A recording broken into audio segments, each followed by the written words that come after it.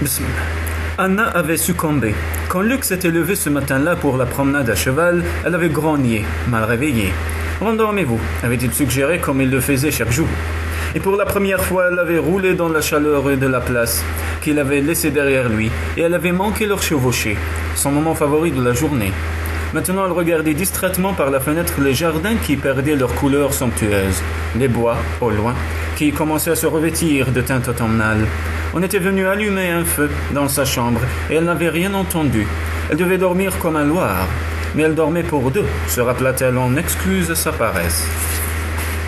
Elle posa la main sur son ventre arrondi.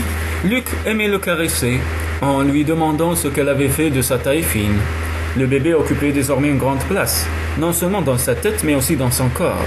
Elle était sans cesse affamée, fatiguée, elle le sentait bouger.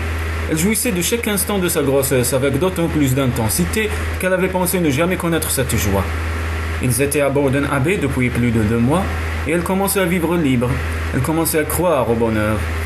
La maisonnée fonctionnait bien. Anna s'était appliquée à ses devoirs de duchesse, et elle avait l'impression que les gens de son mari l'aimaient bien. Elle s'était fait des amis de tous leurs voisins, elle organisait des dîners, des soirées informelles, où l'on jouait aux cartes tandis que les plus jeunes dansaient. Elle acceptait avec plaisir toutes les invitations, et Luc, dans leur entourage, se méfiait un peu à son arrivée, était de nouveau très sollicité. Émilie semblait plus heureuse ici qu'elle ne l'était chez eux. Luc était particulièrement gentil avec elle, et elle le lui rendait bien. Et puis Ashley était devenu son héros. Elle le suivait partout dès qu'elle en avait l'occasion. Anna s'en était excusée. Elle avait dit au jeune homme qu'il ne devait pas laisser Émilie l'importuner, mais il avait répondu qu'il aimait bien l'adolescente et appréciait sa compagnie. D'ailleurs, de lui-même, il l'emmenait souvent se promener en prévenant sa gouvernante et avec la permission d'Anna. Ils formaient un couple étrangement émouvant, la petite fille handicapée et le jeune homme solitaire. En revanche, Anna n'avait pu rapprocher Ashley d'Agnès, malgré ses efforts subtils. Agnès était intimidée en face des hommes beaux, or Ashley était terriblement séduisant. D'autres jeunes gens du voisinage la courtisaient, mais elle semblait préférer le très ordinaire et un peu austère Lord Severick, le frère de Henrietta. Elle ne parlait que ferme et chien, pourtant elle était capable de l'écouter, fascinée des soirées entières. C'était un parti convenable, songeait Anna, mais il était tellement ennuyeux. Elle sourit toute seule à cette pensée. Si Agnès avait envie d'épouser un homme ennuyeux, après tout, cela la regardait. Mais comment pouvait-on préférer William à Ashley ? Non qu'Ashley témoignât un intérêt particulier à la jeune fille, sans doute était-il trop immature, trop instable, trop malheureux, pauvre Ashley. Doris n'était pas épanouie non plus.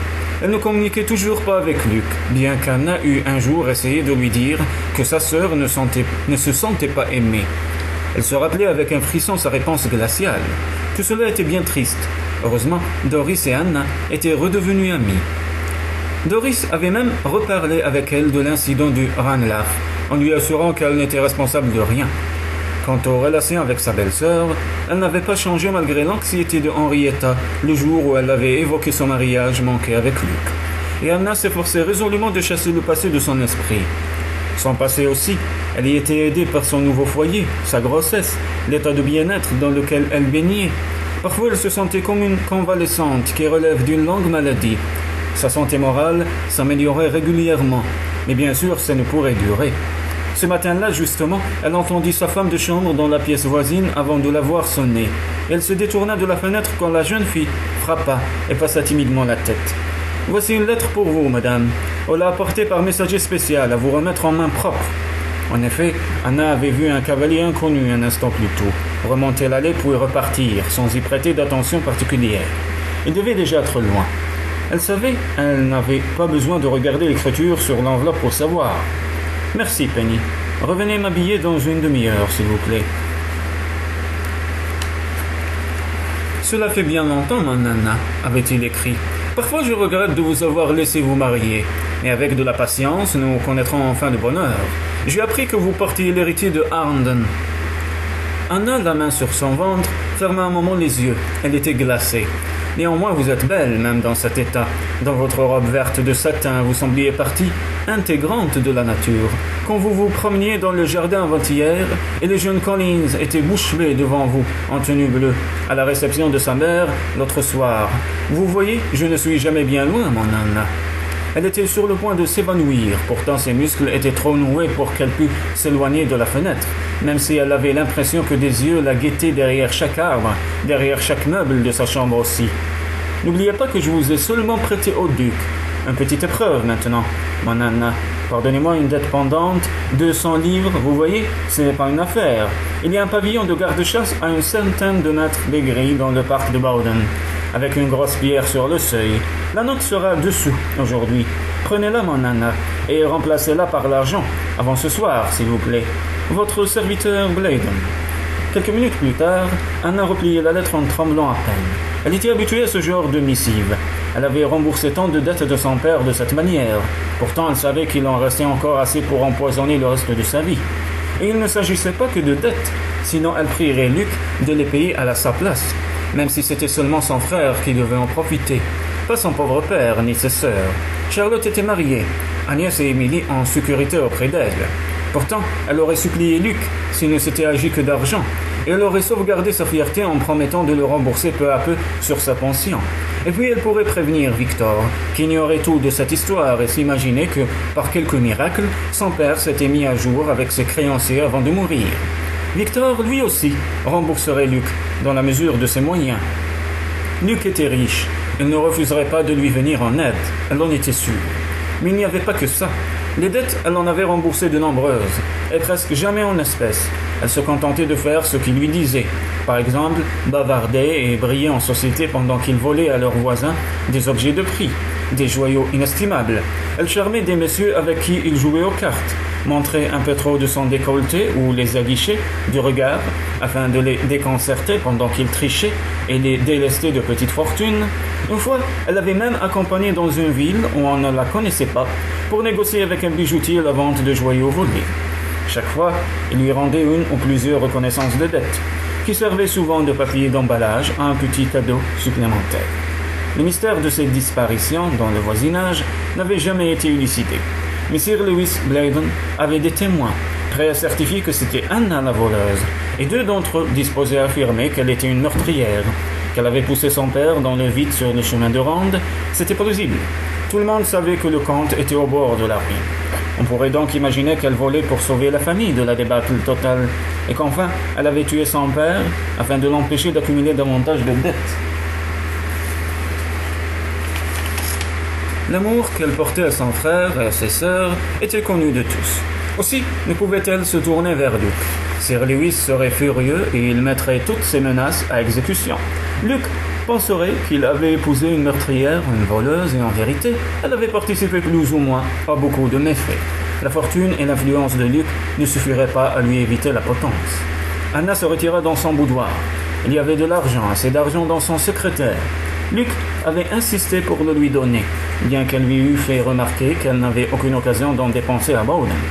Elle posa son front sur le petit meuble et aspira profondément afin de chasser la nausée qui lui montait à la gorge.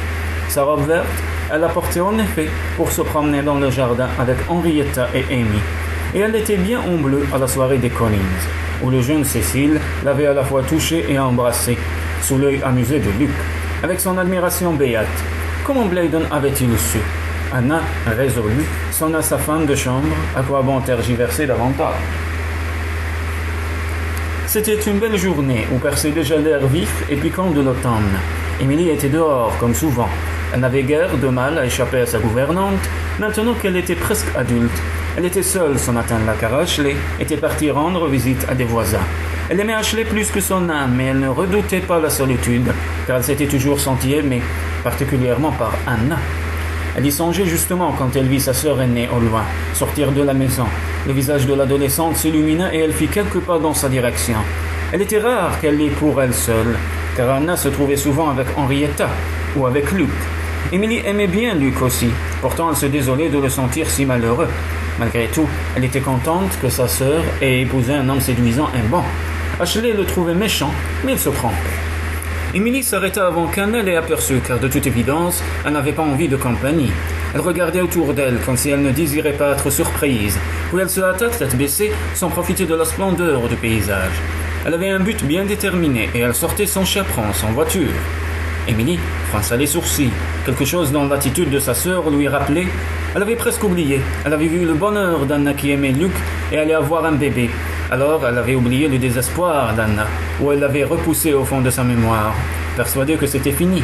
Pourtant, à cet instant, il y avait quelque chose. Émilie suivit sa sœur en prenant soin de ne pas être repérée, ce qui n'était pas simple sur l'immense pelouse. Heureusement, Anna ne levait pas les yeux. Quand elles eurent atteint le bois, Émilie put la pister de plus près.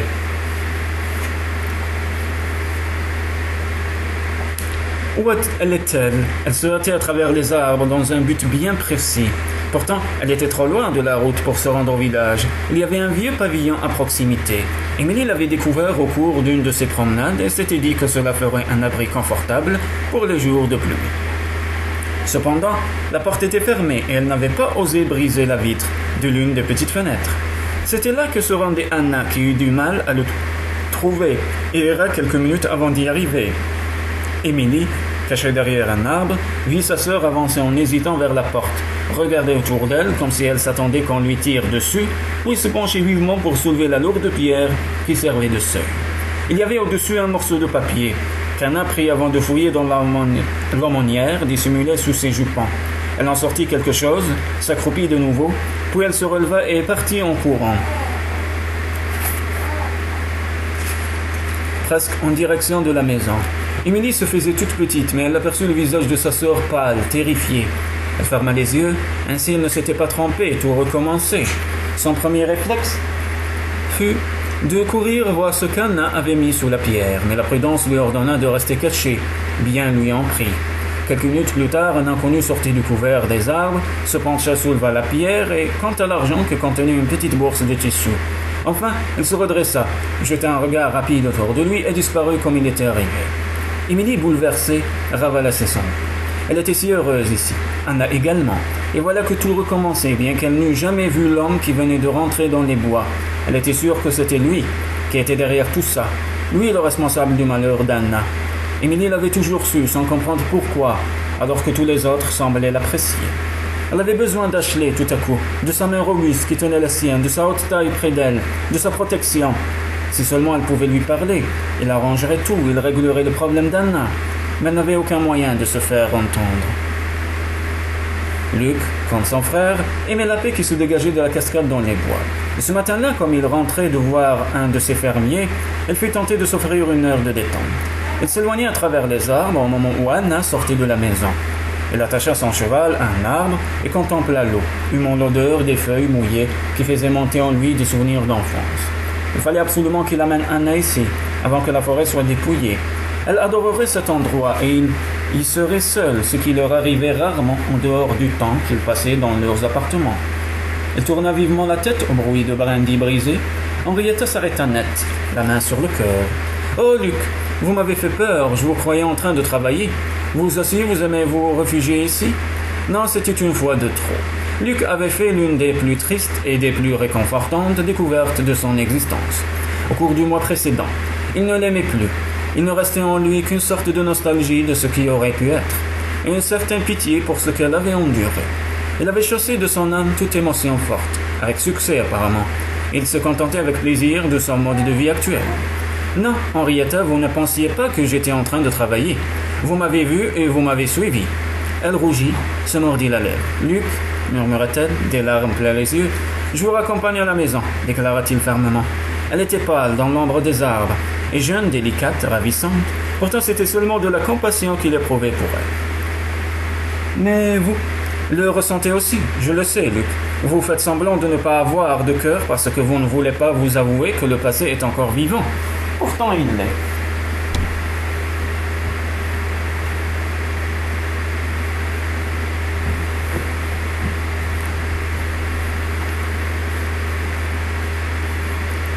Non, il n'y a plus rien, Henrietta, il vous faut l'admettre, et je veux que vous mettiez un terme à ces rencontres incessantes. Nous avons tous deux été victimes du destin, mais c'était il y a bien longtemps.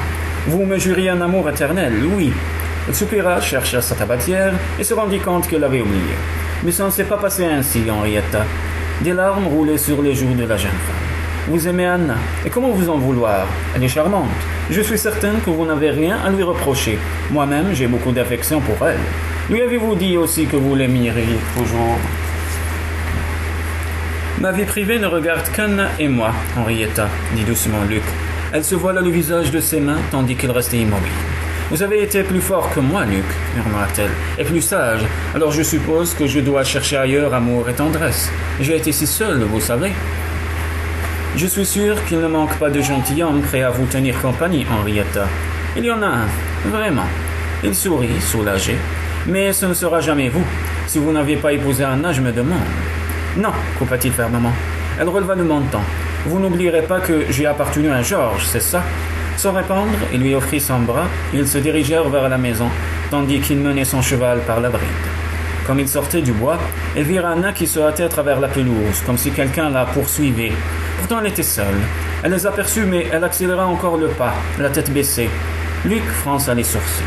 « Je vais vous laisser aller prendre le thé avec Anna, » dit Henrietta. « Je suis désolé, Luc, désolé de m'être laissé aller. Suis-je pardonné ?»